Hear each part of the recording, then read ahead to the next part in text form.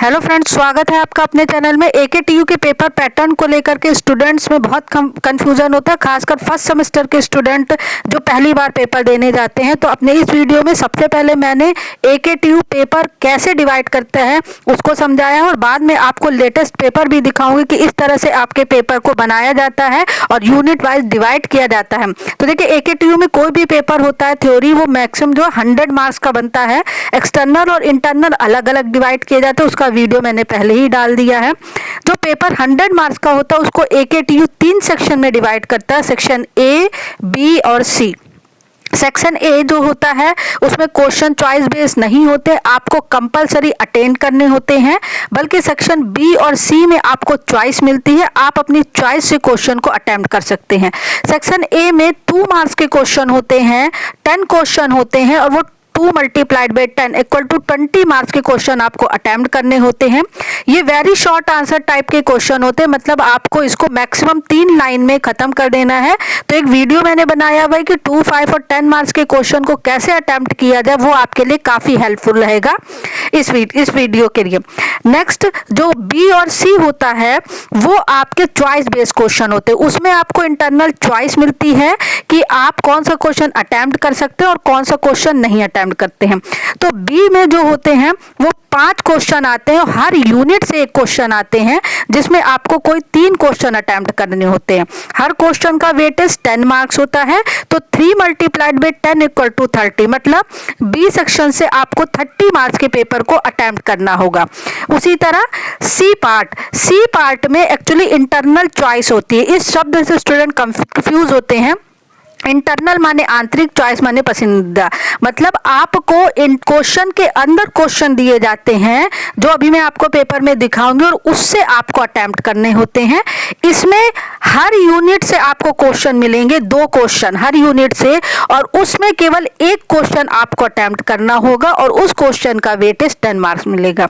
जैसे question number 3 को 2 part में डिवाइड कर दिया, ए और बी, और ए और बी के जो दोनों क्वेश्चन होंगे वो यूनिट 1 से या 2 से कहीं से भी आ सकते हैं, और ए और बी में कोई एक क्वेश्चन आपको अटेम्प्ट करना होगा और उस क्वेश्चन का वेटेज जो होगा 10।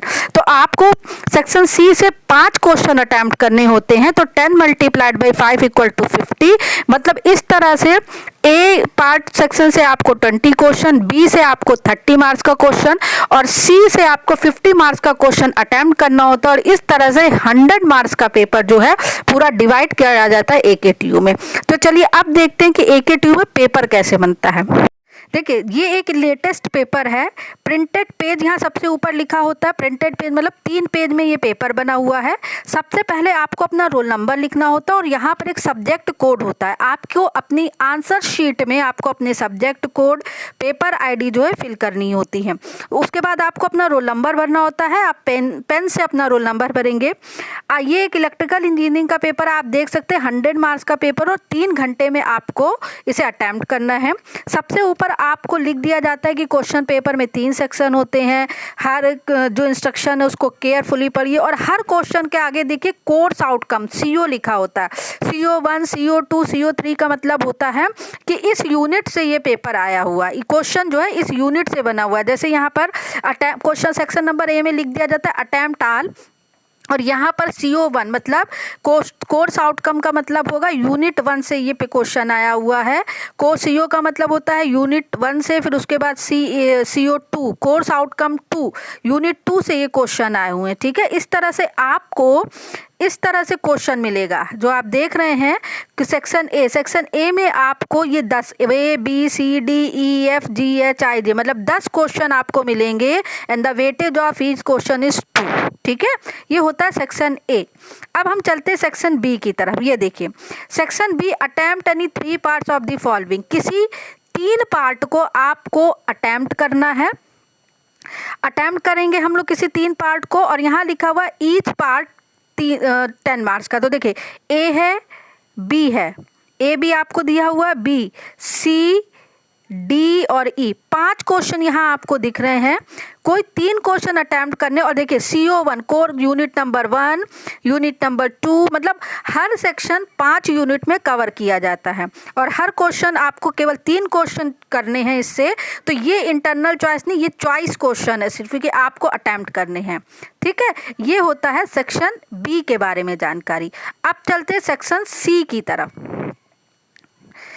ये देखिए सेक्शन सी, ये आया हमारा सेक्शन सी। इसमें कहा गया इंटरनल चॉइस। इंटरनल चॉइस मैंने देखिए 3 का ए है, ए में देखिए दिया हुआ नॉर्टन थ्योरम, इसका बी दिया हुआ है। इसमें कोई एक चीज क्वेश्चन आपको अटेम्प्ट करना होता है, इसीलिए इसको कहा जाता है इंटरनल चॉइस, आंतरिक।